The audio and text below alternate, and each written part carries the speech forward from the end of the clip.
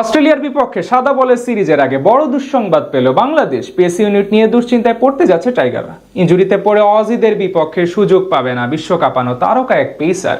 সেই সাথে অনিশ্চয়তা রয়েছে আরও এক গতি তারকাকে নিয়ে।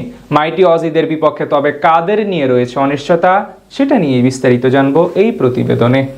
পাকিস্তানের বিপক্ষে ঐতিহাসিক সিরিজ জয়ের আনন্দ এখনো পুরোপুরি শেষ হয়নি বাংলাদেশের ক্রিকেটে। দেশের ক্রিকেটে তৈরি হয়েছে নতুন এক আত্মবিশ্বাস। বিশেষ করে পেস বোলিং ইউনিটে এসেছে বড় পরিবর্তন। তরুণ পেসারদের আগ্রাসী বোলিং এখন নতুন করে স্বপ্ন দেখাচ্ছে টাইগার সমর্থকদের। কিন্তু ঠিক এমন সময়ে বাংলাদেশের ক্রিকেটে এলো বড় এক দুঃসংবাদ। গুরুতর ইনজুরিতে পড়া এবার অস্ট্রেলিয়ার বিপক্ষে সিরিজেও খেলা হচ্ছে না তারকা পেসার তানজিম হাসান সাকিবের। সবকিছু শুরু চলতি বছরের বিপিএল-এ। টুর্নামেন্ট চলাকালীন সময়ে পিঠে ব্যথা অনুভব করেন তানজিম সাকিব। প্রথম দিকে বিষয়টিকে খুব গুরুতর মনে না হলেও সময় গড়ানোর সঙ্গে সঙ্গে সেই ব্যথা আরো জটিল আকার ধারণ করে। দীর্ঘ সময় মাঠের বাইরে থাকতে হয় তরুণ এই পেসারকে। পুনর্বাসন প্রক্রিয়ার মধ্যে ঠিকই কাটছিল তার সময়। মাঝে ফেব্রুয়ারিতে একটি টি-20 ম্যাচ খেলে মাঠে ফেরার চেষ্টা করছিলেন তিনি, তবে সেটিও খুব বেশি আশাব্যঞ্জক হয়নি। এরপর পাকিস্তানের বিপক্ষে সাদা বলের সিরিজেও মাঠের বাইরে থাকতে হয় সাকিবকে। যদিও নিউজিল্যান্ড সিরিজে আবার সুযোগ পান তানজিম। প্রথম ম্যাচে 1 উইকেট শিকার করেন। মনে হচ্ছিল ধীরে ধীরে হয়তো ছন্দে ফিরছেন তিনি, কিন্তু ভাগ্য যেন অন্য গল্প লিখে রেখেছিল।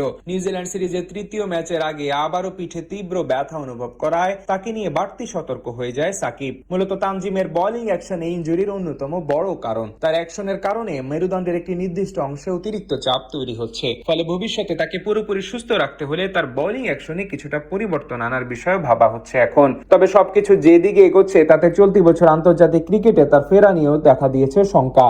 এদিকে শুধু তানজিম সাকিবই নন, আরেক পেসার হাসান মাহমুদকে নিয়েও রয়েছে দুশ্চিন্তা। হাসান মাহমুদ ইনজুরি থেকে অনেকটাই সেরে উঠলেও অস্ট্রেলিয়ার বিপক্ষে সিরিজে তাকে পাওয়ার সম্ভাবনা খুব কম। জানা গেছে পারিবারিক কারণে 1 মাসের ছুটি নিয়ে বর্তমানে ইংল্যান্ডে অবস্থান করছেন তারকা এই পেসার, যেখানেই চলছে তার পুনর্বাসন প্রক্রিয়া। ফলে অস্ট্রেলিয়ার বিপক্ষে সাদা বলের 2 সিরিজে তাকে দেখতে পাওয়ার সম্ভাবনা খুবই ক্ষীণই বলা যায়। বাংলাদেশের পেস ইউনিট এখন আর আগের মতো শুধুই একজন বা দুজন বোলারের উপর নির্ভরশীল নয়। তরুণদের উত্থানে দল পেয়েছে নতুন গতি। তবে তানজিম সাকিব ও হাসান মাহমুদের মতো আগ্রাসী এবং কার্যকর পেসারের অনুপস্থিতি নিঃসন্দেহে ক্ষতির কারণ হতে পারে। এখন দায়িত্ব আরো বেড়ে যাবে নাহিদ রানা, শরীফুল ইসলামদের মতো তরুণ পেসারদের উপর। বিশেষ করে শক্তিশালী অস্ট্রেলিয়ার বিপক্ষে সিরিজে তাদের পারফরমেন্সই নির্ধারণ করে দিতে পারে বাংলাদেশের সাফল্য। যদিও সামনের দিনগুলোতে টাইগারদের যে শিডিউল রয়েছে সেই হিসেবে পেসারদের ওয়ার্কলোড ম্যানেজমেন্ট নিয়েও ভাবতে হবে টিম ম্যানেজমেন্টকে।